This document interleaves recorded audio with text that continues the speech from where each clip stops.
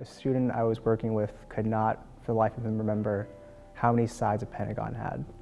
So I don't know why I did this, but it worked. So what I did was I sat next to him, I dropped a pen on the floor, and then I asked him, "Can you please pick that up for me?"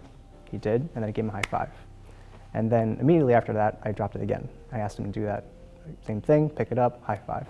I did that like 4 or 5, 6 times, and he finally asked what was going on, and I told him, "Pen, I give you a high five every time." And every week after that, I would come up to him and say, "How many sides are in Pentagon?" And he'd always say 5. With the kids, watching them grow is really honestly one of the most rewarding experiences that I've had here at the college.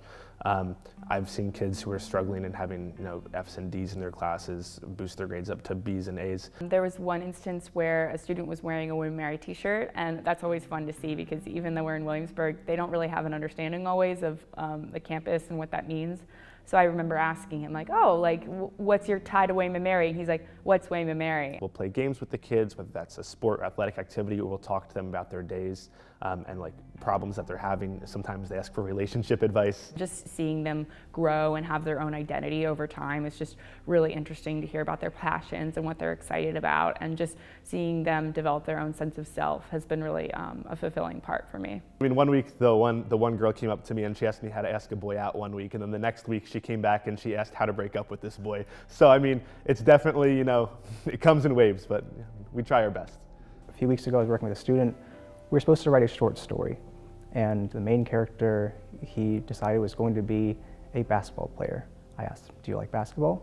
And then we went down a rabbit hole for 10 minutes of his favorite players. We talked about the trajectory of his favorite player, Kevin Durant's career, from University of Texas to OKC to Golden State now.